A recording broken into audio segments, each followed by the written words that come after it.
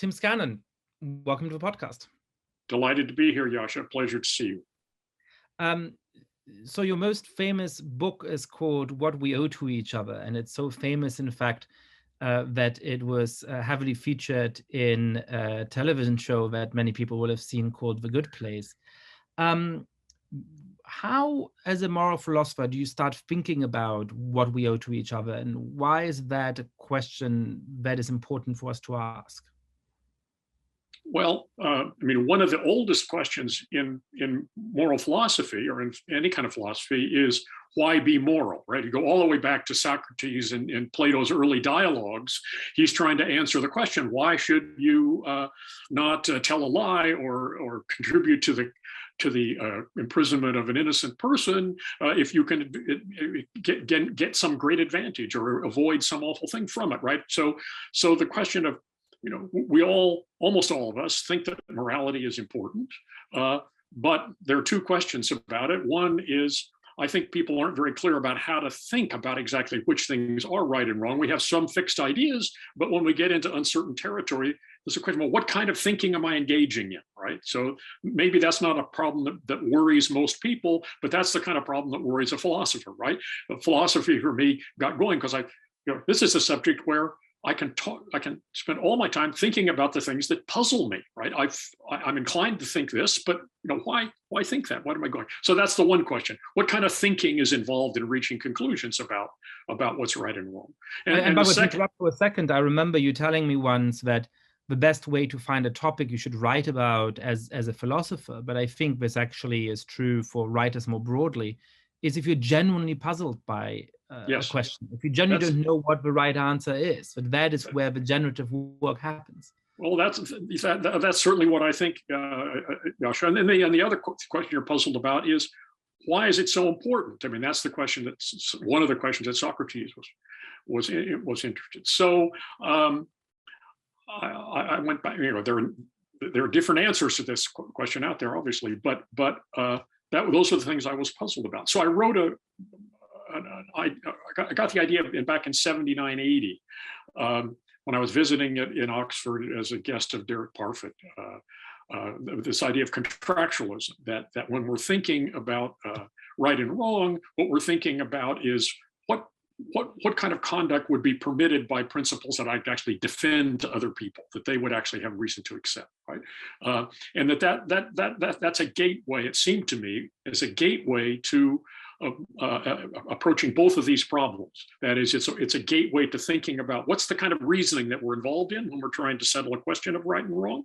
And it's also a gateway into the question about why is the answer something we should care about. And I think it's something we should care about because we care about being in that kind of relation with other people. That is, we're treating them in ways they couldn't reasonably complain of, as opposed to, they could complain about this, but I'm going to turn a deaf ear to that, or I'm going to force them to accept it, whatever, right? I think people don't want to stand in that relation to other people most of the time. Anyway, so those were the two. This idea seemed like a gateway into that. So I wrote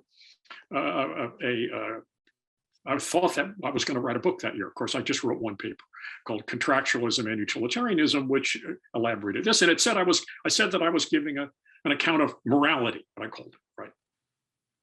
Well, years went by when I was trying to turn that paper into a book. I gradually realized that what I was thinking about wasn't an account of morality as a whole, because number one, a lot of people think that sex is central to morality. That is not just that rape and deception are wrong, but there are. Now, I don't think that's true, but it's at least a coherent thought. But closer to home, I don't think that I think it would be wrong of me not to take care of my children, but the answer to that isn't given by, I couldn't justify principles that allowed me not to do that, right? And I also think that there'd be something wrong with me if I didn't, in my life, try to do something, put some effort into learning something and trying to do something. And the reason for that isn't that, it'll benefit other people and they have a claim on me. It's that that's something worth doing, right? And it's a moral failing to be simply bone lazy, and because I'm failing to see something worthwhile. So those things to me are moral questions. So I concluded that the idea of contractualism, about morality being founded or on the idea of what we could justify to other people, isn't the whole of what's normally called morality. Even for me, it isn't the whole of it. It's a subpart. And it's not just justice, because it doesn't have to do simply with political institutions, but it has to do with a lot of our relations with each other, and it's different from these other things. And it doesn't have a name, it seemed to me. So what we owe to each other was a phrase that came to my mind as the name for this, I thought of as a subpart of morality. Now you might say that there's a fair amount of hubris and maybe a Charlie Brown-like goalpost moving here. I put up this theory of morality. I discovered that there was a lot of morality that it didn't fit, so I changed. I changed I changed the goalposts, right? I said, no, I'm not trying to explain all of morality. I'm just trying to explain this part, namely the part that my theory is going to get right. That would seem like cheating. That would seem like cheating. But in fact, when I thought about it, it seemed not to be cheating, because if we're trying to answer Socrates' question about why should I care about this, that people do have a reason to care about the justifiability of their actions to others, and that covers a lot of morality. But not being bone lazy and these other moral failings are things we have reason to care about, which are different. So it seemed to me that once I focused on it, that morality, broke up into different parts, depending on the as it were, the reason we had to care about it. And what we owe to each other was my name for the particular part that I was interested in. So just to break it down a little bit, so my understanding is that the question of, is there something I'm doing wrong and perhaps morally wrong if I never have some huge talent that I never choose to cultivate? Right. There you would say, that is a moral failing, but it's not something I owe to somebody else. Perhaps it's something I owe to myself. And there may be certain questions about how to live, which have a more theological framework, or questions of sex may have other kinds of dimensions. And what you're specifically interested in here is, when I engage with somebody else in the world, what is it that they can reasonably expect of me? And so I guess the question becomes, you've started to tease it, but I want to sort of go a little bit deeper into it. Well, why should I care? And the traditional challenge to any moral philosophy is that of the proud egotist who says, I'm just going to do everything that's in my interest. I'm going to do whatever I want. What do I care what I owe to others? As long as I can get something out of it, I will do it. And your answer seems to be that actually, traditionally philosophers have often tried to derive some kind of first principles response to it. And it sounds to me like you're not exactly doing that. You're saying, well, look, actually, most people just don't want to live like that. Most people don't want to go and stand in relations of conflict with each other and abusive people. And so if you get going with a moral enterprise, if you don't want to treat others in ways that are unjustified, if it's not the vision of life you want to embrace, then what should you do? Is that right? Or what's your response to that worry about the committed egotist? I don't deny that it would be naive to deny that there are people like the person you mentioned, that is, who just don't care, right? In the extreme, it's a kind of sociopath or something. But I think that the largest number of people really do care about the aspect of morality that I'm talking about, that is, ability to justify their actions to others. And I think this is illustrated by at least my analysis of our contemporary politics. I think when I'll tell a story first, and then I'll get to that part. But there was a symposium on my book at the American Philosophical Association when it first came out. And one of the commentators was David Gautier, a philosopher who wrote a book that was in some ways similar, but defended much more right-wing, closer to libertarian view. Right? He's a friend, and he loves exaggerating. And he said, when he started, he said, everything in this book is mistaken. Even the title is false. We don't owe anybody anything, right? And that might seem to be an expression of the view that you mentioned. But in fact, it seems to me, I think people do sense that they owe other people something, but they're very sensitive about it, and they don't want to be accused of behaving wrongly in this respect. So now I'll go all political. If you look at a lot of the controversies that are out there today, having to do with global warming, Black Lives Matter, wearing masks and getting vaccinated, there's a lot of passion there.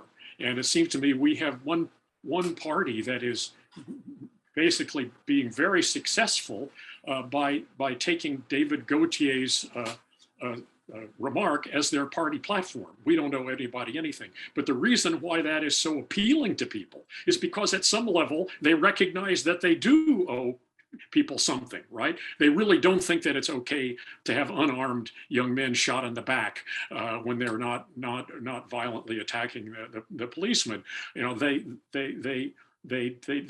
don't think that these things are, so they feel vulnerable to criticism on this point, but they really don't want to accept it, right? They don't want to accept that they ought to be doing something about global warming. They don't want to accept that they ought to do something about the police. They don't want to accept that they need to be paying higher taxes or whatever. And so they're really sensitive on that point, but their very sensitivity reveals that they aren't like the person you mentioned.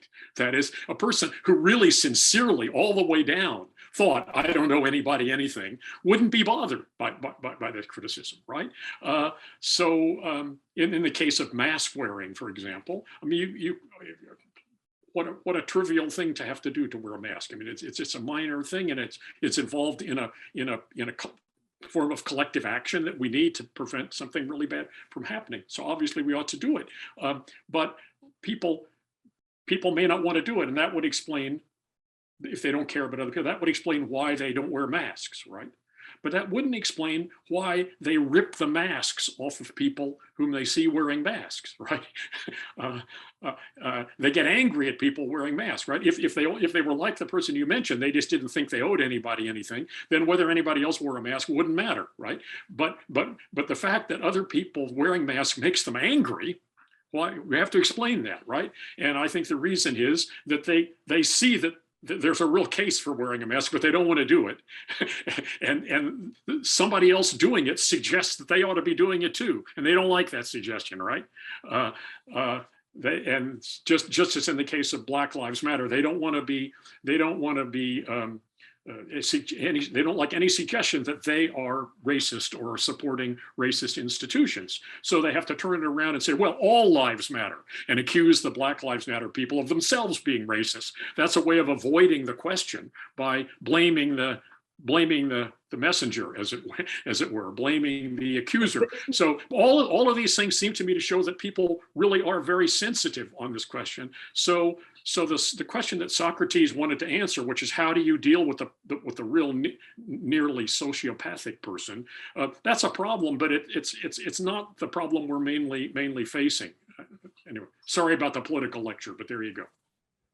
No, I mean, it's interesting. I guess I would probably make the point a little bit differently, which is that I agree that the problem of a sociopath is real, but it's actually not the question that's worth asking from a point of view of moral philosophy for two reasons. The first is that most people are not sociopaths, and most people do care both about their fellow human beings and about what they feel they owe them. And second, that the sociopath is never going to be reachable by moral argument in any case. Right. So in that sense, that is just the least likely audience you're going to reach. So insofar as you're hoping for reflection about morality to have a real impact in the world, it's perfectly fine to ignore the sociopath because that's the least likely audience in any case. But I suppose when I think of something like masks, I do wonder whether there is you're sort of saying that there is sort of a moral set of reasons on one end, and then there's a sort of refusal to see morality, which in its vehemence shows a receptivity to moral reasoning, or something like that. Yeah, right. I wonder whether there isn't a different set of moral views there, which I mostly disagree with, but which is a set of moral views in itself, that there is a sense of the loss that comes from not seeing each other's faces, or there is a certain sense of sort of the cultural traditions of a country uh, that are somehow supposedly under threat by mask wearing, and that actually you can make the argument even more directly, which is not that this is moral reasons versus a sort of superficial refusal to see moral reasons, but it's actually two different moral conceptions of what matters clashing against each other, which one might be more convincing than the other, but they're actually both stated as sets of moral views. Yes, well, that's you put things much better than I do, as always, Yascha, and that's a good way to put it. I see that's a possibility, but I don't know whether it captures the anger, right? Again, if I'm a moral minimalist, I care about what we owe to each other, but I don't think we owe them much of anything, right? I really sincerely believe that. I'm not quite certain why the fact that my neighbor holds a more expansive moral view would be a threat to me unless I feel it getting some purchase on me, right? But even so, anyway, well, that's my isn't the pushback. answer to the anger? We have a culture here, and you're destroying our culture. Now, that may be a claim, of which there's good reason to be skeptical, but yeah. But that seems like a relatively straightforward explanation of the anger. Okay. Well, I didn't think of that partly because, well, yeah, that's a possibility. I guess the idea that mask wearing is destroying the culture seems pretty implausible to me. So I didn't get to that, but that's a reach. But yes, I see that. I certainly think, and this is what I've been working about in this second paper on tolerance, that the idea of preserving a culture and not wanting people to behave in public in ways that lead it to change is a very powerful one. I certainly agree about that. That would be an example of something that I would count you can call it moral or not, but it's rather different from what I'm calling what we owe to each other, right? But it's certainly a powerful thing, and it's very important to deal with. So let's dive into what we owe to each other first, and I'd love to hear your thoughts about tolerance after that. So, how then do we actually think about what we owe to people in concrete situations? I agree with you that this is a question that animates people a lot. One of my favorite pieces of reading when I'm, on public transport, I have 10 minutes to kill, is to read Am I the Asshole, which is a community on Reddit where people really are trying to figure out, hey, in this situation, I did something, I think it's okay, but people around me are telling me I'm being an asshole, which is, colloquial for you're acting immorally. Yeah. And what do you think? Am I being reasonable or not? How should people go about answering those questions according to the substantive views you've developed in this work? Well, I want to analyze everything down to the idea of a reason at the most basic level. So if I want to think, is this something a person on the receiving end of my conduct would reasonably reject? I have to ask, what reason do they have to object to what I'm doing, and what's my counter? So I have to compare the cost to me of giving up my claim with the cost to them of doing it. So that's familiar from the old golden rule, but modified in various ways. It's not what the person actually likes or would enjoy or whatever, but it's the normative question, as I would call it. What reason do they really have, given how they would be affected, to object to what I'm doing, and what reason do I have? So there's a crucial difference there between how I feel and how I would like to be treated on the one hand. The question of what reason do I have to not want to be treated that way? So there's an irreducible question, which isn't a psychological question, isn't a question about how I feel, but is a question about, I would say, the truth of the matter about what I have a reason to do. Now, some people may just reject that whole idea of a reason, which is at the basis of my whole philosophical outlook. We could talk about that if you wanted to, but that's where it bottoms out. That's the kind of thinking I think that we should engage in, and it seems to me I think it's something that people often do engage in, although I may be kidding myself. So I think the basic framework is very intuitive to people, that if you do something and somebody objects to what you do, they have to have a reason for why they object. And when you get a ability to respond, and if it feels like their objection to what you do cannot be properly responded to, then probably what you've done is wrong. There is a word that is very crucial in that, that's key to your philosophy, but that's also often used by John Rawls in a more political context, which is this reasonably, right? Right. Is it something that they can reasonably reject? And something that I found in talking about uh, political liberalism with people a lot is that word triggers them a little bit. They say, well, hang on a second, what do you mean by reasonably? Doesn't that just reduce to what our norms are, or doesn't that just reduce to what in a particular social context we're used to? Isn't all of the work being done by that little adjective that actually just smuggles in arbitrary conventions in order to answer the question? So what? How do you respond to that? What do you mean? What determines whether an objection that somebody makes to your behavior is reasonable or not? Well,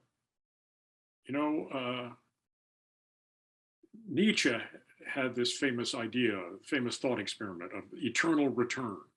You see, it was a test of whether you love your life, that you could stand to have it replayed over and over and over and over again infinitely.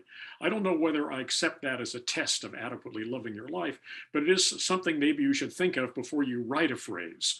That is, do you want to have people ask you, do you want to have to defend this phrase over and over, over and over again in perpetuity? So let's not make them a test, otherwise I'll never write a single word ever again. That's right. But one of the problems with the idea of reasonableness, like a lot of other heavy words, is that it's subject to a number of different interpretations, right? And in some of them, as your imagined interlocutor says, just have quite a lot of moral content built into them. Right. And I think that's true of the particular use that Rawls makes of it in political liberalism, if we want to go there, right? Which is not an objection to what he said, I think, but we could talk about that if you wanted. But I try in my book and in subsequent attempts to repaint it and touch it up and so on, to explain that that's not the kind of here's a common idea of reasonableness. It was reasonable for me to think that you would be ready to click on when I clicked on my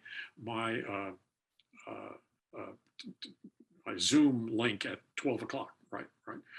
And that's a judgment about what I had good reason to think, given what I knew.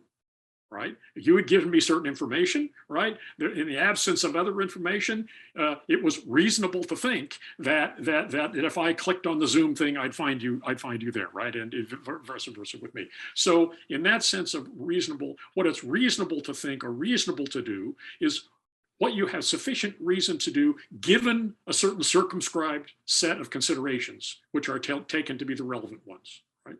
So in my book, when I talk about principles you couldn't reasonably reject, it's principles that you had sufficient reason to reject, given the reason you have to want not to be treated in a certain way, and the reasons that others have to object to that, right? So the moral content, as it were, comes not via the idea of reasonableness, but by, as it were, the way of defining what the relevant set of considerations are. So there certainly is a moral framework there, which is not just presupposed, but openly, as it were, held up to the public and avowed. But I think the idea of reasonableness isn't actually doing the work. What's been doing the work is this particular structure. So I could have said what you had sufficient reason to do, taking into account the reasons that a person in your position has, and the reasons that another person has, and maybe also the idea that there's good reason to try to find something that neither one could object to, right? So there's a specification, and there's more. The moral content isn't saying these are the things you ought to think about, and then reasonableness is just the idea of what you have sufficient reason to do, focusing on that, right? So that's the idea. Rawls's idea of a reasonable comprehensive view is one that is unwilling to force other people to do certain things, and so it has quite a lot of content built into it, which is I think not an objection to it in the context, because it's not part of a moral theory, as it were. It's part of an answer to a sociological question about whether a certain kind of society would be stable, and how many different outlooks are there such that if those outlooks prevail, the society will be stable. Is it just one or two, or are there many outlooks? And he said, well, there are many outlooks that embody enough of what he called reciprocity or whatever, that a society founded on these principles could be stable if most people held views of that broad kind. So he certainly believes that views of that broad kind are more morally defensible than others, but he's not actually arguing that, right?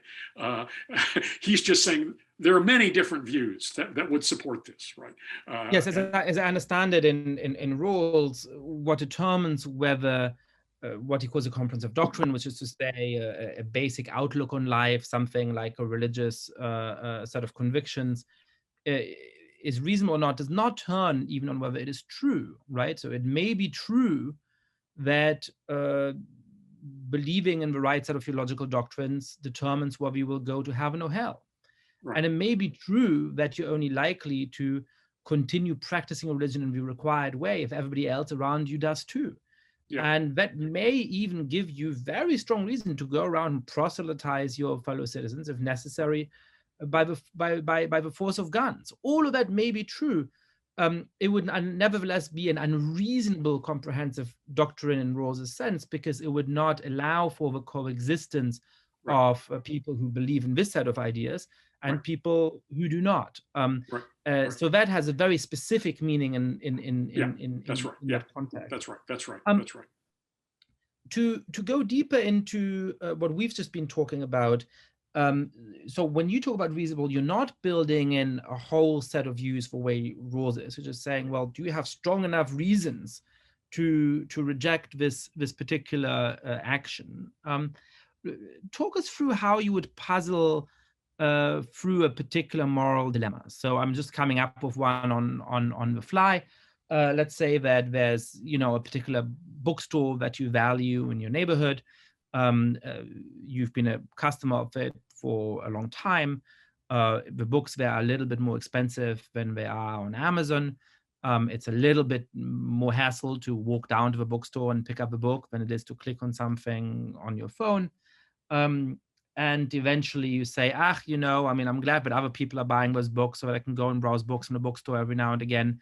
I'm glad to have it in my neighborhood, but actually I'm just going to buy my books on Amazon. Right.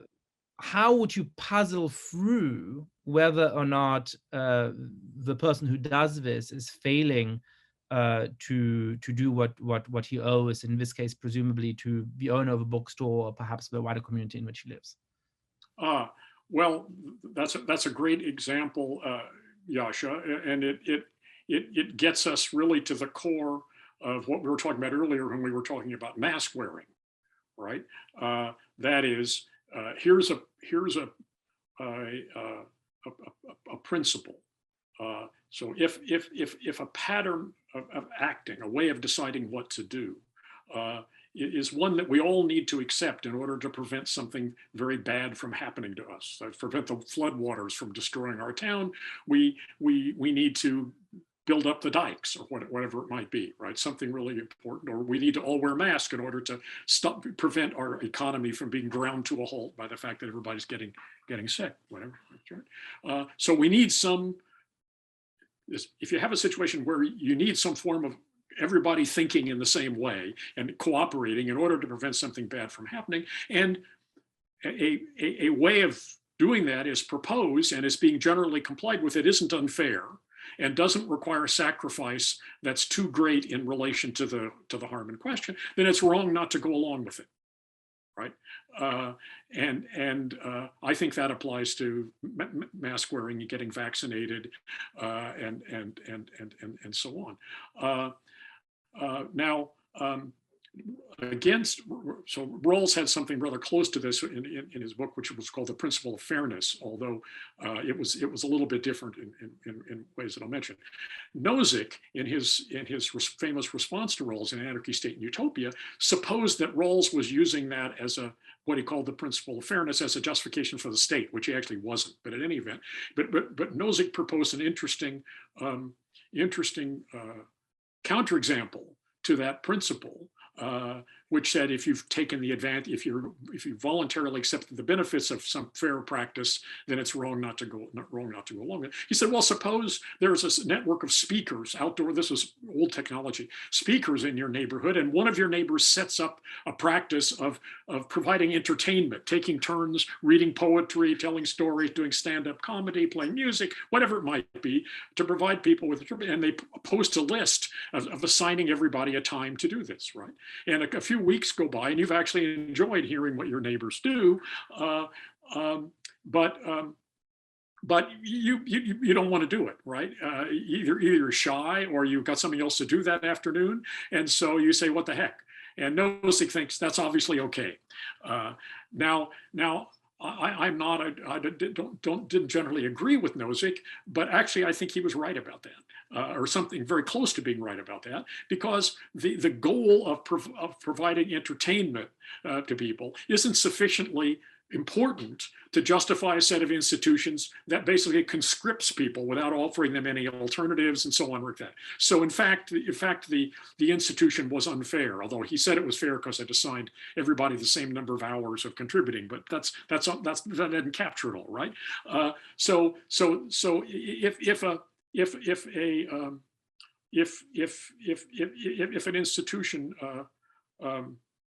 doesn't serve a sufficiently important purpose to justify what they're imposing on you, then you don't have an obligation to go behind it. Okay, so your bookstore example is, you might say, somewhere in between Nozick's thing and the floodwaters, or I would say COVID-19, right?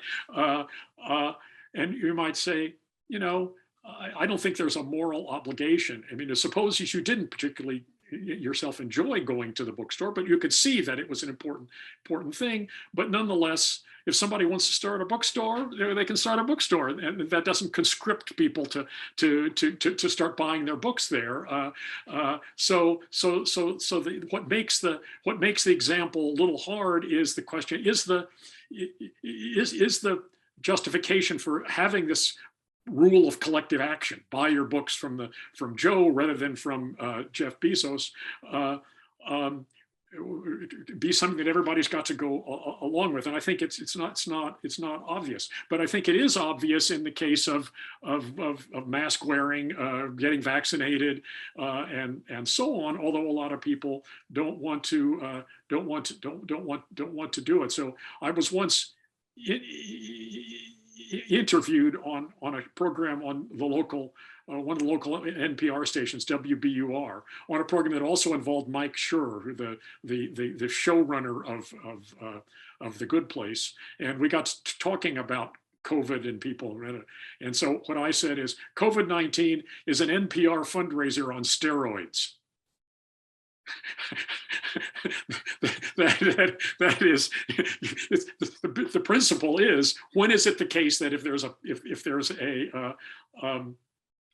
some pattern of collective behavior that's needed for some goal, not unfair, do I have to go along with it whether I want to or not? And that seems to me an important moral principle, and I think it's probably a theorem of Kant's moral philosophy.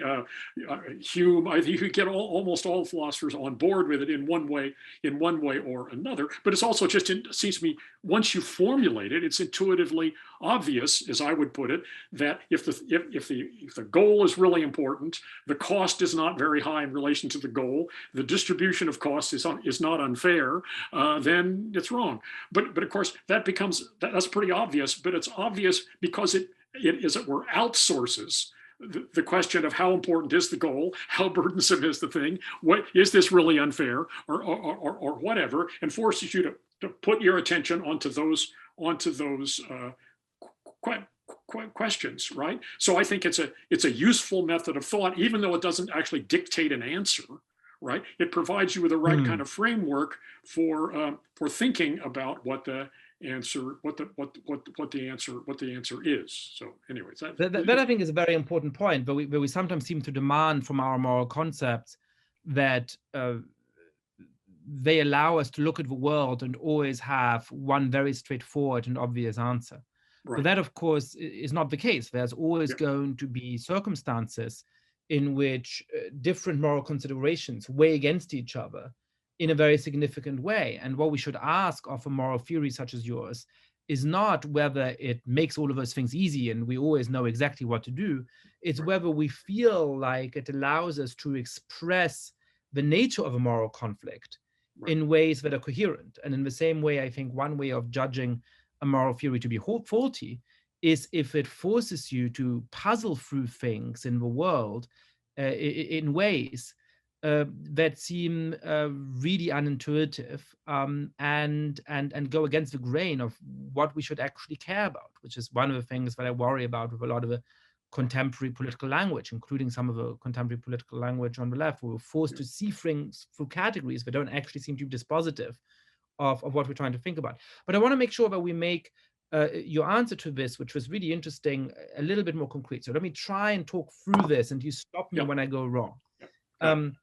So let's say I say, look, I'm going to cheat on my taxes because who cares? You know, how is it going to affect anybody? I like money, right? And then you say, well, hang on a second. Actually, we're using this tax money for really important things like flood defenses. And if a lot of people like you cheated on the taxes, then our city would get flooded, and that's really bad, right? And then you could try to respond by saying something like, so I guess what would happen if I respond saying, well, but not everybody is going to cheat on their taxes. Me cheating on the taxes is not going to stop the flood walls from going up. So who cares? Why is it that there you would say the objection is more reasonable than my response to it? Well, let's see. Two things which will probably sound evasive as an answer. One is that it's common to put all these things in terms of a scene in which I'm trying to convince somebody else, right, what to do, and what if that person just refuses to accept, so on. I think that's kind of a mug's game, although it's not totally unimportant. But because basically what we're trying to do is to make up our own mind how to think about what we ought to support and what we're going to do, and how we're going to react to people who aren't doing it. How should we think of them, and so on. So I think that always putting things in terms of how could I respond to what so and so says. I can say, well, I think they don't have sufficient reason to do that, right? That's why it's wrong for them to do that. I think so. I would put the question is, well, you're right. One person helping or not helping, one person worrying about it's not going to make or break, right? But let's think about the principle. It's okay not to do it. If it's okay not to do it, a lot of people are gonna not do it, right? So the idea of giving people, if you give one person permission to opt out, so the question isn't are they gonna opt out? The question is, do they have sufficient reason not to opt out? And here's a reason, right? That is, if you opt out, the principle allowing you to opt out is one that we couldn't reasonably accept, right? Or we'd have reason to reject. That's sort of said. But just to go back to my formulation of the principle, though, I will just say one thing. That is putting things into terms of the way I put them. That is, how important is the threat?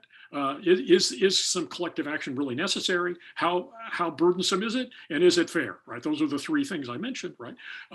I think that's very commonsensical, but it divides some of the questions that come up in the case of the COVID epidemic, right? So the mask wearing and vaccinating are obviously not unfair and so on, but lockdowns are another matter, right? As I said when we were talking at the beginning, lockdown doesn't really bother me. I'm retired, I get my check no matter what I do. I can have groceries delivered and so on. But the people who've got to deliver the groceries in order to get there and have any groceries themselves are in a different situation. They're taking risks and so on and so on. So the question, so there's a real question of whether it is fair, those lockdown measures, and also people whose businesses are interrupted because they can't keep in business. They may lose their business because so that there's a question. So it seems to me that this forces, if you look at it that way, in terms of the formula that I mentioned, then instead of thinking, well, we got to fight this pandemic, and then later we'll have an economic stimulus program which will try to rebuild the economy, right? But those aren't two different things, because part of what comes under the rebuilding the economy is making this way of combating the pandemic not unfair. It would be like having a system of rebuilding the dikes that said, well, people who are capable of heavy lifting will do all this uncompensated work and the rest of us will benefit.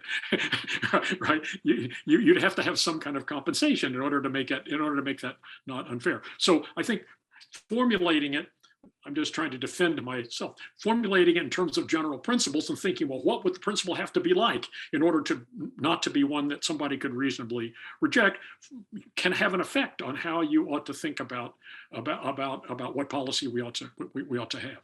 But of course, you only reach that conclusion if you start off by caring about whether I could find a general principle that would allow it. That's true. And so just to bring it full circle, to do this analogy between the dike that saves us from the flooding and the case of a bookstore, in that case, I would say, look, yeah, I like the existence of this bookstore, but I'm lazy, I'm going to buy this book on Amazon. And the owner of a bookstore will say something like, and I realize this is not an actual conversation, I'm sort of dramatizing it in my own mind, but the objection goes something like, well, hang on a second, you get some benefits from this bookstore, and you would be sad if this bookstore didn't exist, and a bookstore is good for the community. How can you not do your part to help keep it up?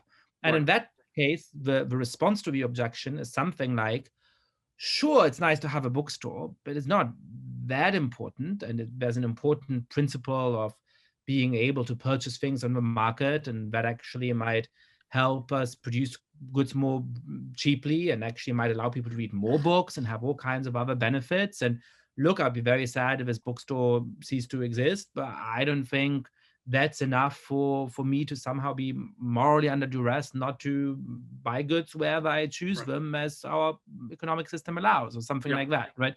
And then I suppose, so is that broadly speaking the right way of thinking through that case? That is, although it leaves out one important distinction, which was built into your example, very, very appropriately built into your example, which there, I'd say, two different ways of looking at this. One way you could look at it in terms of, as it were, moral philosophy. I mean, is it wrong for people not to support the bookstore? And you might put that in terms of, how good a thing is it that there be a bookstore in town, and how much more would I have to pay to go to the bookstore rather than go on Amazon and so on. But that wouldn't say anything about whether I actually read any books, right?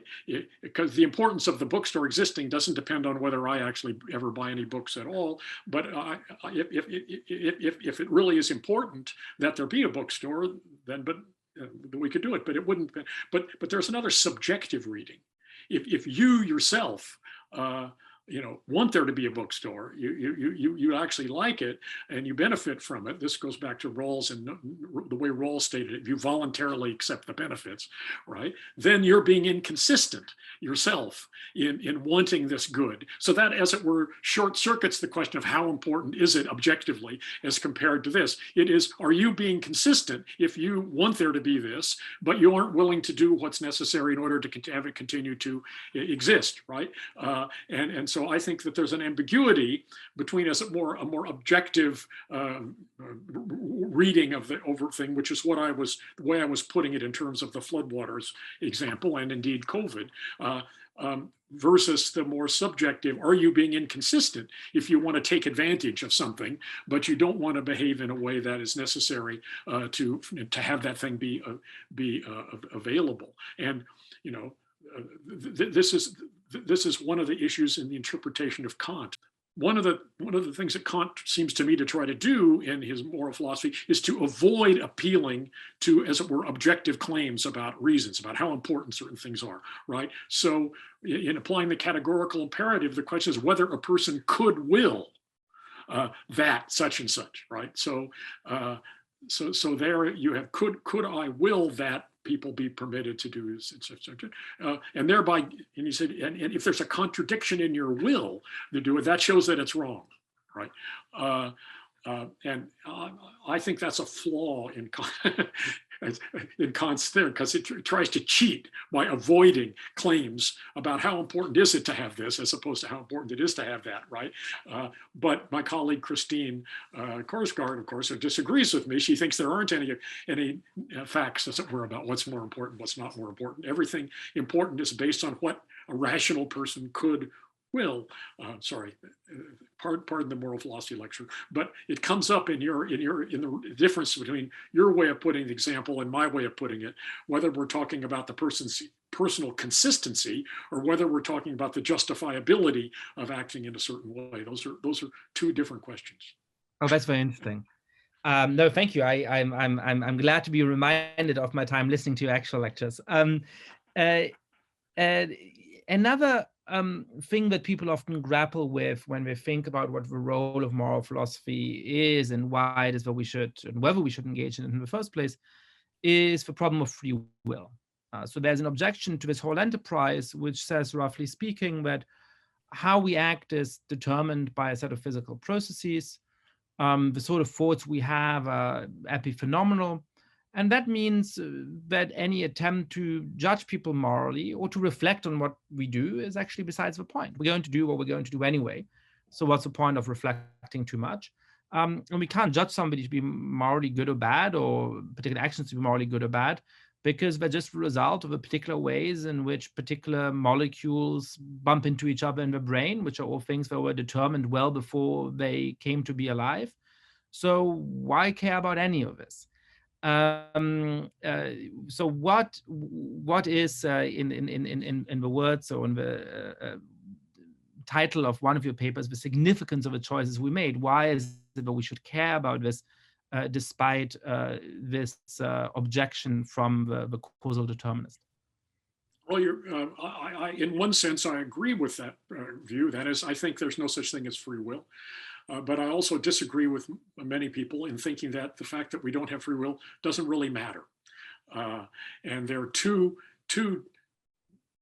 as it were, points of view from which it might matter. One that you mentioned has to do with morally judging other people. My moral reactions to other people depend on not just what they're doing, but why they're doing it. Right? I care if a person only gives me correct change because he's afraid of the police or something, then I don't like my relation with him. But he's got a bad attitude toward me, and I judge him negatively. Now he's got that attitude. That he has that attitude and it's expressed in his actions is a fact, whatever the cause of it might be. Right?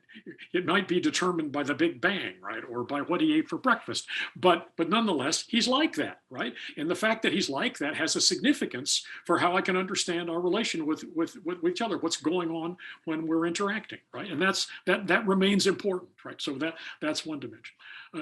Other dimension is, well, but maybe I shouldn't even think about deciding what to do because it's all determined. Well, but what I do is going to depend on what I decide, right? So the process of thinking is you might say you can't get out of it. You can't get out of it. But from your point of view, there's also the question of whether the fact that I agreed to something, made a promise or something like that, could have any binding effect, given that I was caused to do it. Why don't we say? And I want to say, well, one of the things we want is to have the option of opting out of obligations and to have some obligations be ones that we wouldn't have if we didn't want to have them. And that can be important to us, even if we're caused to act one way or the other. If we avoid an obligation because we don't like it, the fact that we don't like it is something, and the fact that that's going to be true of us, even if we were caused not to like it, right? and the fact that I would be happier if I didn't have that obligation is still going to be true. And so if I have the obligation only if I don't reject it, then it's more likely that I won't have it, right? So it's a benefit to me. So the case of the shopkeeper and the case of the person wanting to avoid the obligation are alike in this respect. That is, in both cases, having what happens depend upon how he responds or how he acts is significant. In one case, it's significant for the other person. For me, it matters to me whether he's acting out of conscientiousness or just being sly, right? But also from my point of view, it matters to me that what my obligations reflect my preferences because they're my preferences. And so in each case, my preferences are important to me and I want them reflected in how my life goes. That's one thing. And my preferences are important to you because they determine what kind of guy I am and how I'm, what meaning my actions have when I'm interacting with you. So in each case, my preferences or my feelings or whatever they are important, despite the fact that they're caused, both for me and for the person who's judging me morally. That's my story in not exactly a nutshell, but maybe a small boat. To me, when I read that paper, it really blew my mind because it's written in a very minimalist way, and it took me a while to quite understand how important it is, how it changes the way we see things. Because I had also grappled for a long time with this problem of thinking, well, if I have a friend who is really, really nice, well, perhaps there's this cause to be nice, and why should I be grateful to him for that? And if I have somebody in my life who behaves like a real asshole all the time, well, perhaps they suffered from hardship as a child, or perhaps they have genes that predispose them to be abrasive, or perhaps there's something else going on, and how could I blame them for it? And to sort of recover the way in which we should treat each other, even if something like causal determinism is true, I think is a really big contribution. What are the limits of that?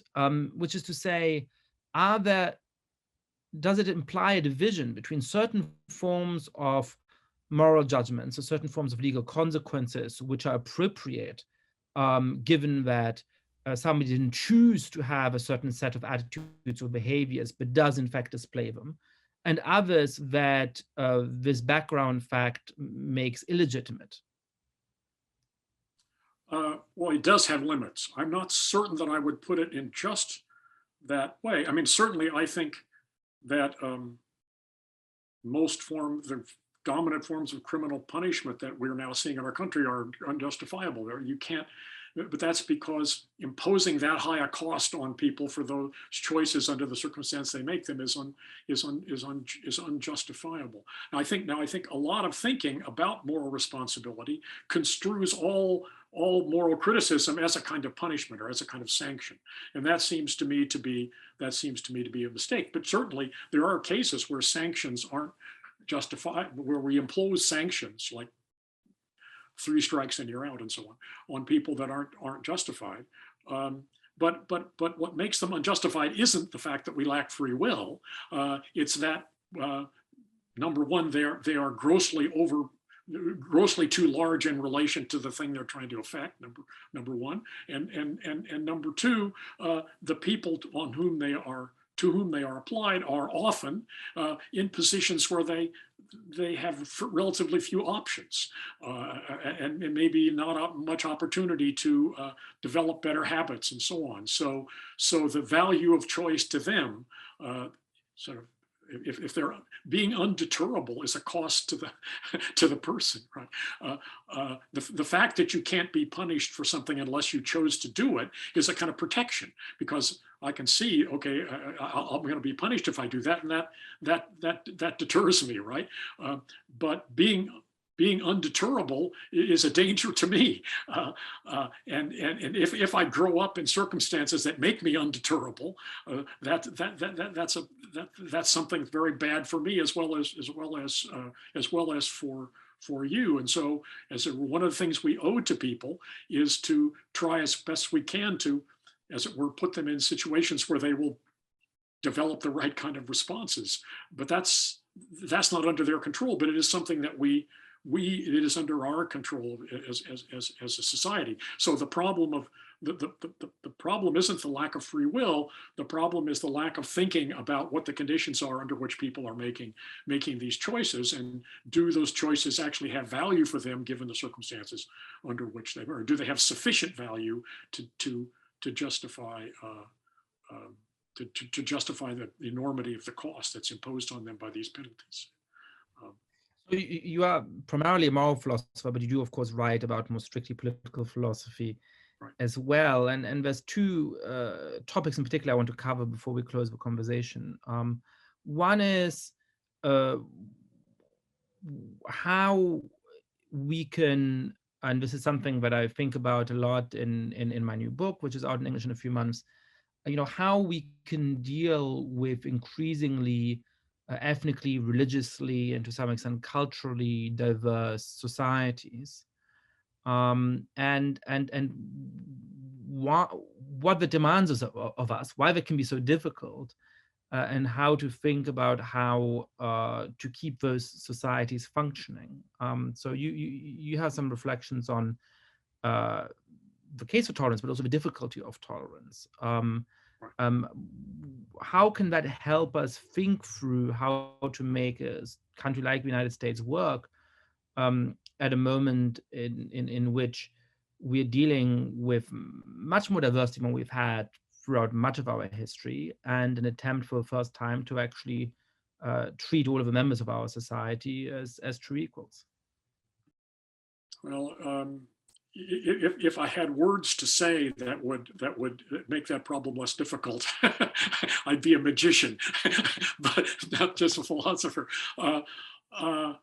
So what can I say? So, well, I wrote a paper, now 2 papers, called The Difficulty of Tolerance. And the kind of tolerance I had in mind wasn't just being tolerant in the sense of not being prejudiced, or being tolerant in the sense of not trying to control other people's private lives, or the way Mill talked about, but being tolerant in the sense of allowing the public expression of these different attitudes, and not trying to curb it in order to keep the society the way I like it, right?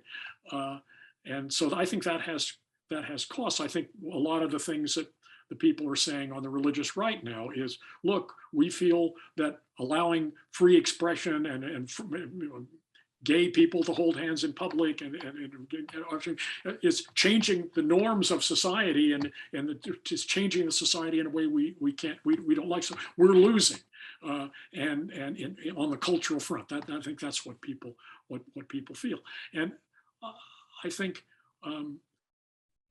one of the things you can say is, the reason I call tolerance difficult is I think it's not just that they're losing, but that a free society is a society in which we are all at risk of losing in all kinds of different ways. Like, I think there are many things about society that I think I don't like. Maybe I would agree with some of the people on the Christian right. That is, I think that the society is obsessed with sex in a way that seems to me excessive. It's not having to do with the kind of sex.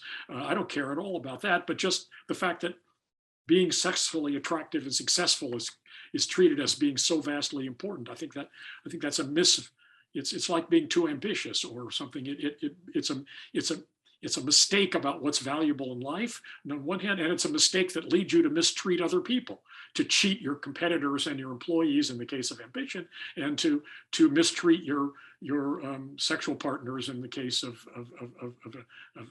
an excessive concern with being sexually attractive and in control and all those things. So I might agree with him about that. So, so we all have things that are at stake. We all have something at stake. So the question is, why should we be tolerant in this sense, given that we have something important at stake? right?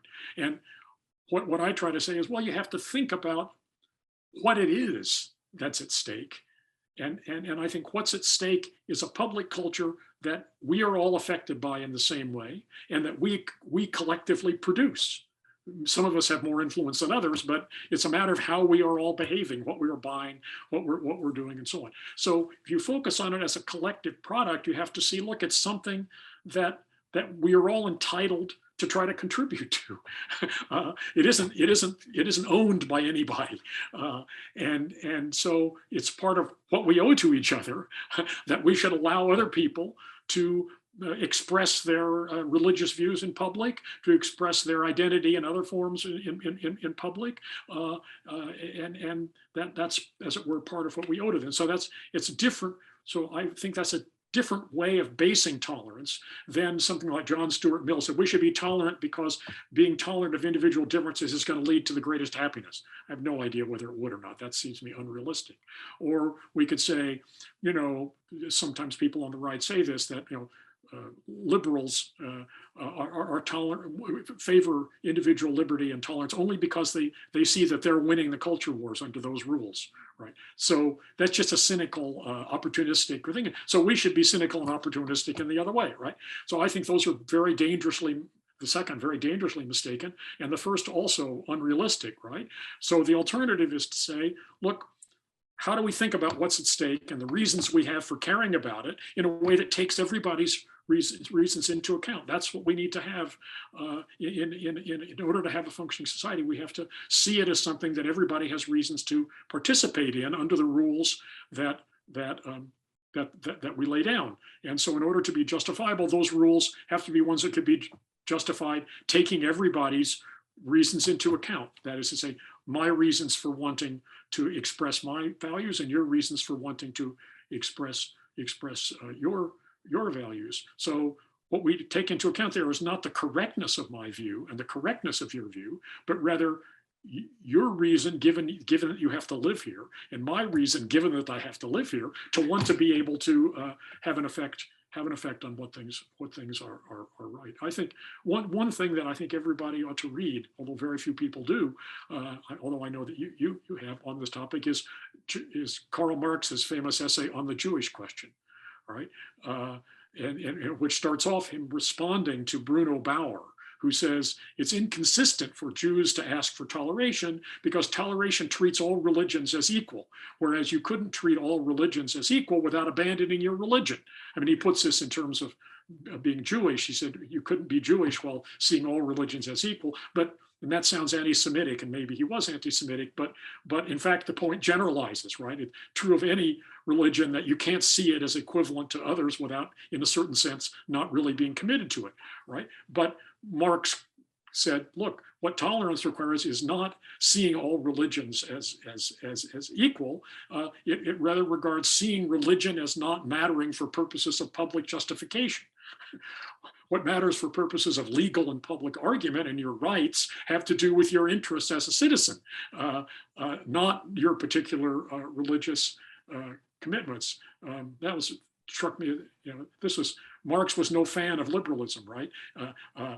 But this was kind of one cheer or maybe a cheer and a half for liberalism.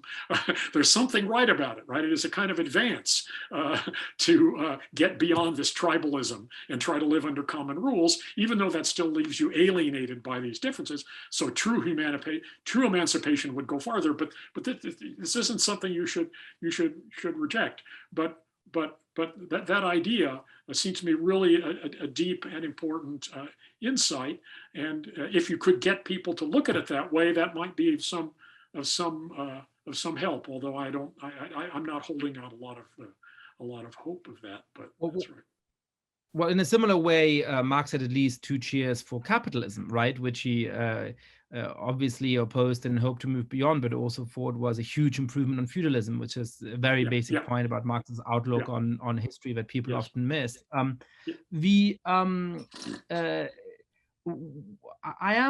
trying to think through how this argument for toleration would hold up to some of the objections to it, which I see not just from the religious right, but also, for example, on campus these days, where some people might say, look, you're talking about the interests of us as citizens, to be able to express our views and participate in public debate and so on. But, what about the expressions of opinion which actually sort of are so hurtful or so harmful on some really broad conception of harm, that they, should be forbidden? How is it that I can see how something like Mill's conception of tolerance, and particularly Mill's worries about us potentially being wrong about what is true or false, as having often changed our mind historically about what the important considerations are, about the importance of,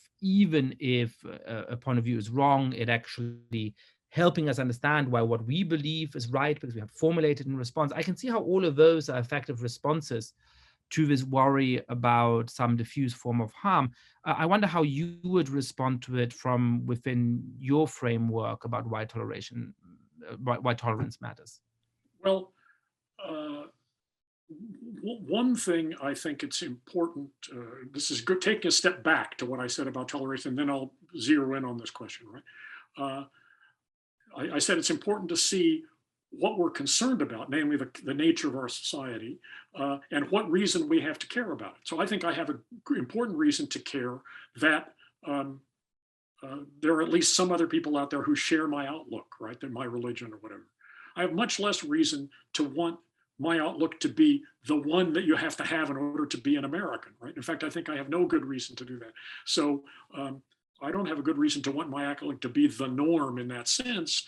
And I think that's something you really have to ask people to back off from, right? And to focus on it, to see that I don't have a strong reason to want that as I thought I did. But on the other hand, we want tolerance to be a norm, right? We want the idea that all the people are equal to be somehow a norm. So are we being inconsistent about that, right? And I've been historically kind of a free speech hardliner, and therefore not very sympathetic to arguments for restricting hate speech. Although I think it's a difficult empirical question whether laws restricting hate speech actually do good. So anyway, so I'm in my view about free speech makes it heavily dependent on these empirical questions, as you probably know. But I think that the best argument I know in favor of hate speech laws is the one put forward by Jeremy Waldron in his book, The Harm in Hate Speech. And he said that the point is that what you have to have is a society in which everybody has dignity. And having dignity has two things. One, it's being generally recognized as a full member of society with equal rights. Number two, that's a social fact. And second, having justified confidence that you are so recognized. Right. He argues persuasively that it's a terrifically important thing in a society that everybody should have what he calls dignity in that sense. And he thinks that the main argument for restricting hate speech is that it undermines people's dignity. And that seems to me the most powerful argument. But I accept it up to a point. I think that justifies laws restricting things like direct insult, going up to people and saying, why don't you go back where you belong, and so on, and other kinds of direct insult of this kind. But on the other hand, if a norm of dignity that is really going to be widely accepted, it has to be something people can argue about. It's not going to have that status unless people can argue about it, right? So I think you have to allow people to question it. I think that articles written defending a more unified, less diverse society and arguing against the immigration and so on. I think you have to be able to make those arguments because those are fundamental questions that have to be open for discussion. So there's a difference between some things that can be restricted, that is a direct assault on the person, and on the other hand, some kind of argument about these things. So what do we do? What do we say about how to preserve dignity? I think the answer is that the idea of preserving dignity by having laws banning expressions that all of them is a kind of attempt to outsource to the government the job of maintaining dignity, whereas it's really a job that belongs to all of us. So we have to all speak up against this, and because what people need to have in order to have dignity is to have assurance that they are so regarded by most people, and they're more likely to have that assurance if most people take that line, right? So I think the task of doing it really fundamentally belongs to us, which I'm sure will be seen by the people. No, then I'll get complaints if you put this on YouTube, but I do think that some restrictions are certainly justified, but I think on the other hand, some kinds of debate about these things has to be allowed, and what we have to do is to answer that debate, right?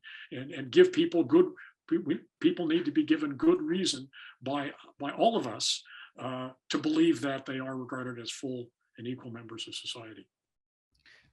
Perfect. So you're talking about full and equal members of society. And as a last question, very simple, easy, straightforward question, 2 minutes at the end.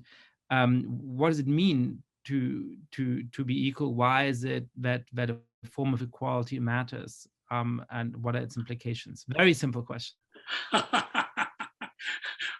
Well, the book I wrote on that is very short, but the kind of equality that's at stake here is being seen by most people as someone who is worth associating with, a person you would want to live next door to, or work in the same workplace with, or go to school with, and so on. I think that kind of acceptance is as well as political rights, which of course should go without saying. I think that's the kind of standing that is directly at issue, and that's a very contested question in our society, unfortunately. Tim Scanlon, thank you so much for coming on the podcast.